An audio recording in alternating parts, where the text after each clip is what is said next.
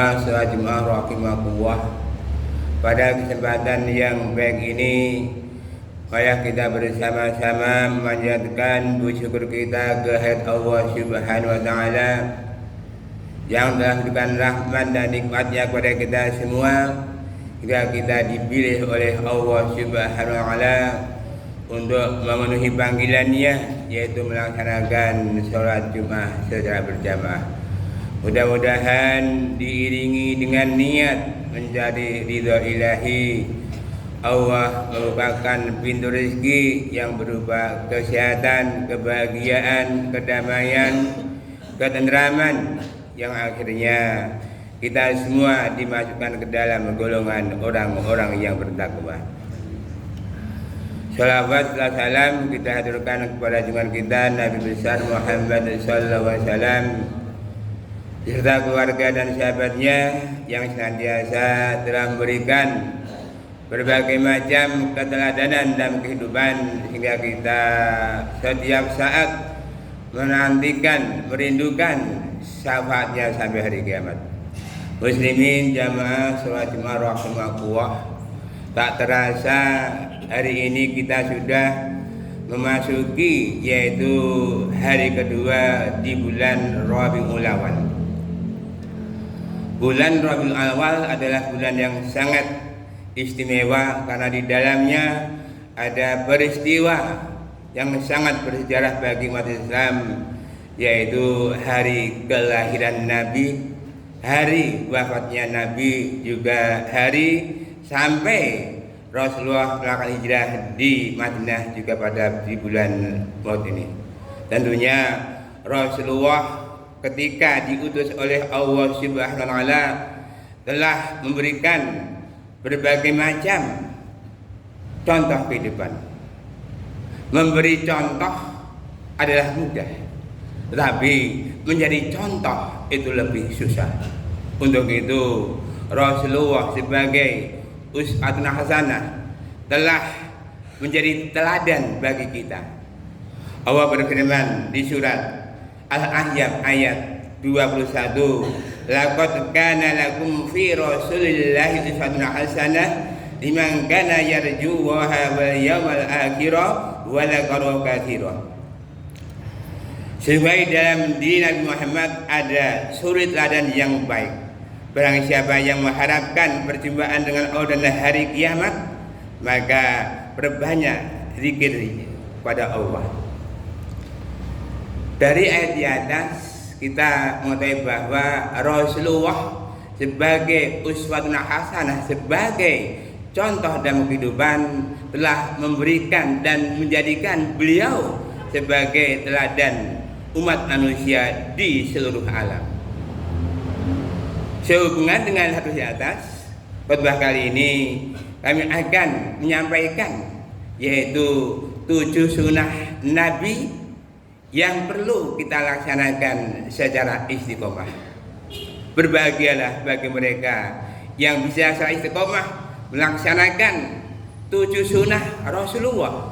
Insya Allah manakala kita bisa mengamalkan akan diberi kemudahan di dalam mencapai yaitu hidup yang penuh berkah, akhir kehidupan yang husnul khotimah, dan dimudahkan dapat berkumpul di jannah. Allahumma amin.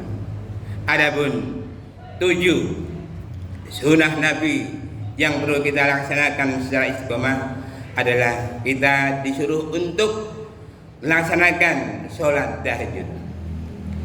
Ketika kita masih punya cita-cita, harapan dan wujud, maka laksanakan sholat tahajud. Maka ketika kita saat ruku dan sujud, maka kita mohon dijauhkan dari ujub. Dengan melaksanakan sholat tahajud adalah sebagai ibadah tambahan bagi kita. Dan orang-orang yang senantiasa melaksanakan sholat tahajud, Allah akan memberikan derajat yang tinggi di hadapan manusia. Allah berfirman di surat Al-Isra ayat 79, dan sebagian malam akan jadikan Anda untuk melaksanakan tahajud sebagai ibadah tambahan bagimu. Untuk itu ketika kita malam hari sedang terbangun, tandanya apa? Kita digugah oleh Allah untuk melaksanakan tahajud. Apakah dengan pipis atau ngelihir? Yang jelas manakala kita malam hari itu bangun, artinya bahwa Allah mengingat kita agar kita melaksanakan sholat tahajud. Muslimin jamaah sholat Jumat rahimakumullah. Adapun sunnah yang kedua yang kita laksanakan istiqomah adalah kita laksanakan sholat 2 rakaat fajar, sholat sunnah fajar, termasuk sholat 12 rakaat. Karena barang siapa yang melazimkan sholat rawatib 2 rakaat akan dibuatkan rumah di jannah.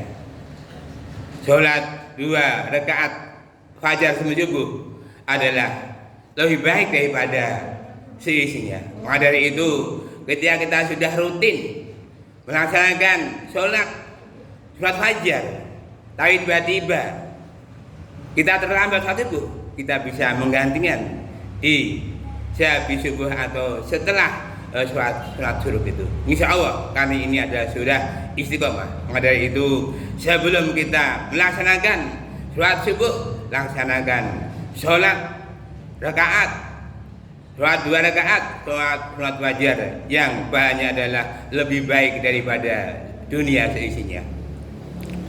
Muslimin jamaah sholat Jumat rahimakumullah. Adapun nomor 3 sunnah Rasulullah yang perlu kita laksanakan secara istiqomah adalah sehabis subuh kita disuruh untuk membaca Al-Quran. Kita tahu bahwa pahala orang yang membaca Al-Quran adalah luar biasa. Ternyata orang yang terbaik di antara kita bukan orang yang punya jabatan, pangkat, kedudukan, kekayaan, tapi yang paling baik di antara kita adalah orang yang mau belajar membaca Al-Quran dan mengajarkan. Untuk itu, manakala kita habis subuh, mari kita baca Al-Quran. Syukur bisa 1 juz, kalau nggak bisa setengah juz, kalau nggak bisa 1 lembar atau 1 ruku. Kalau tidak bisa, kita bisa membaca Al-Fatihah atau surat Al-Ikhlas 10 kali. Karena dengan baca Al-Ikhlas 10 kali, insya Allah akan membuatkan rumah di surga. Dengan baca Al-Quran, insya Allah hati kita akan menjadi tenang. Ketika kita terkena bibit penyakit, insya Allah dengan kita bacakan Al-Quran, penyakit akan pergi. Karena Al-Quran adalah sebagai obat. Untuk itu, dekatkan kita dengan Al-Quran, insya Allah penyakit akan minggat itu. Al-Quran menjawab persoalan yang dihadapi oleh manusia.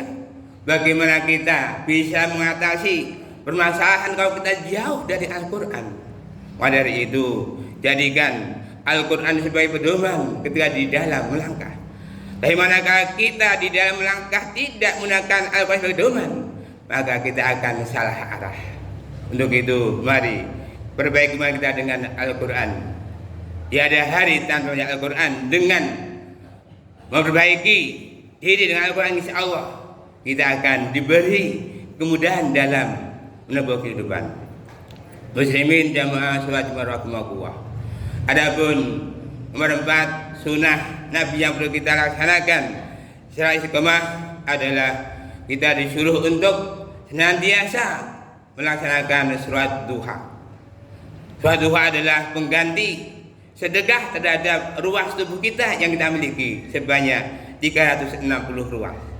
Dengan melaksanakan sholat duha 2 rakaat, maka gugurlah kita sedekah terhadap 360 ruas yang kita miliki.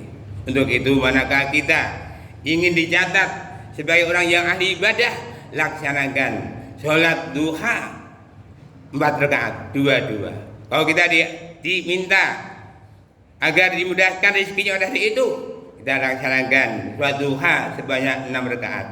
Dan kalau kita ingin dicatat sebagai calon penghuni surga, kita laksanakan sholat duha 8 rakaat masing-masing 2-2. Insya Allah manakala kita melaksanakan, Allah akan membukakan pintu rezeki. Allahumma in kana rizqi fis sama'i fa'anghilhu wa in kana fil ardi fa'ahrijhu wa in kana mushiran fa'ahrijhu wa in kana haraman fa'tadhu wa in kana ba'idan fa'qribhu. Ya Allah, jika rezeki datangnya dari langit maka turunkanlah. Ya Allah, jika rezeki datangnya dari bumi maka keluarkanlah. Ya Allah, jika rezeki itu ada susah maka mudahkanlah. Ya Allah, jika rezeki itu adalah kotor maka bersihkanlah. Dan ya Allah, jika rezeki itu adalah jauh maka dekatkanlah.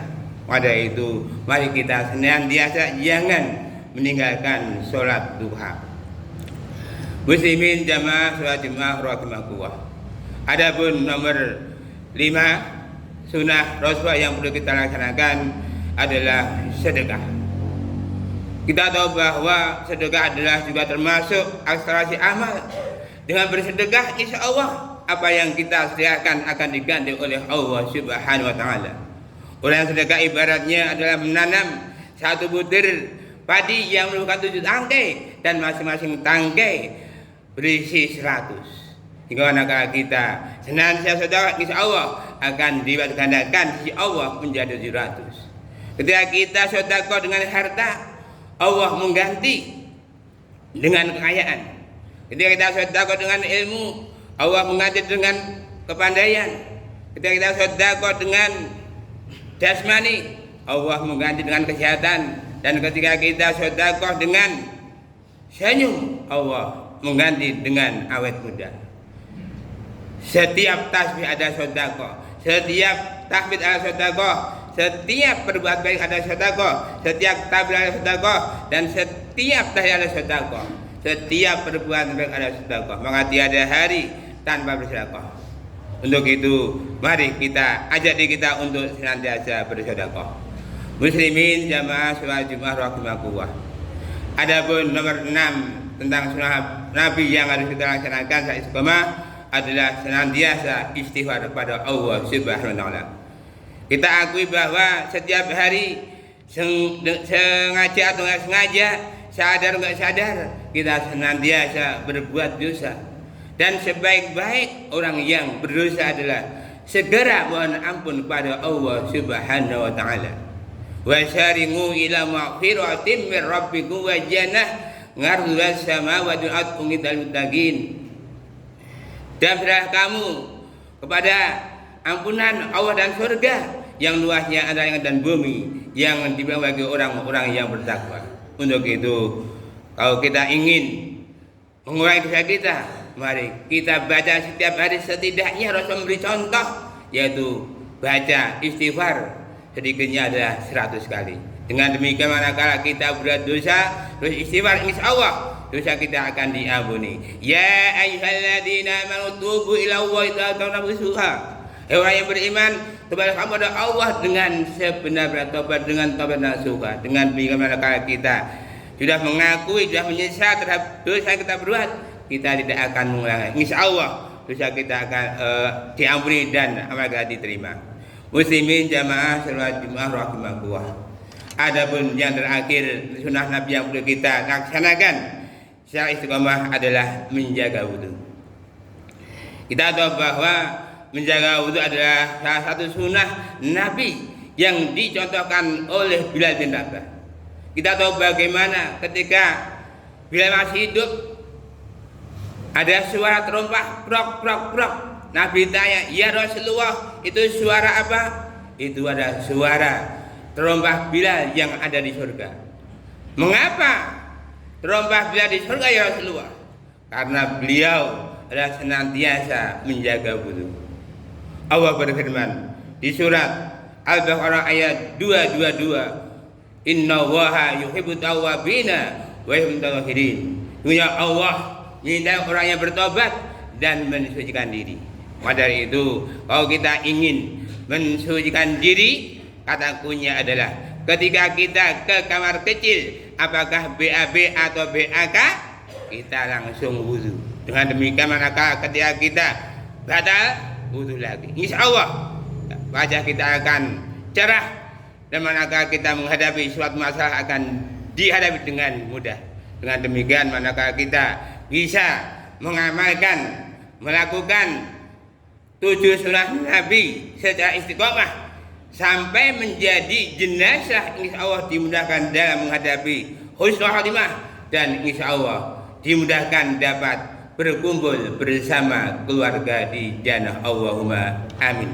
Demikian khutbah saya, mudah-mudahan ada manfaatnya. Barakallahu lakum fil Qur'anil azim. A'udzu billahi minasyaitonir rajim. Qul huwallahu ahad.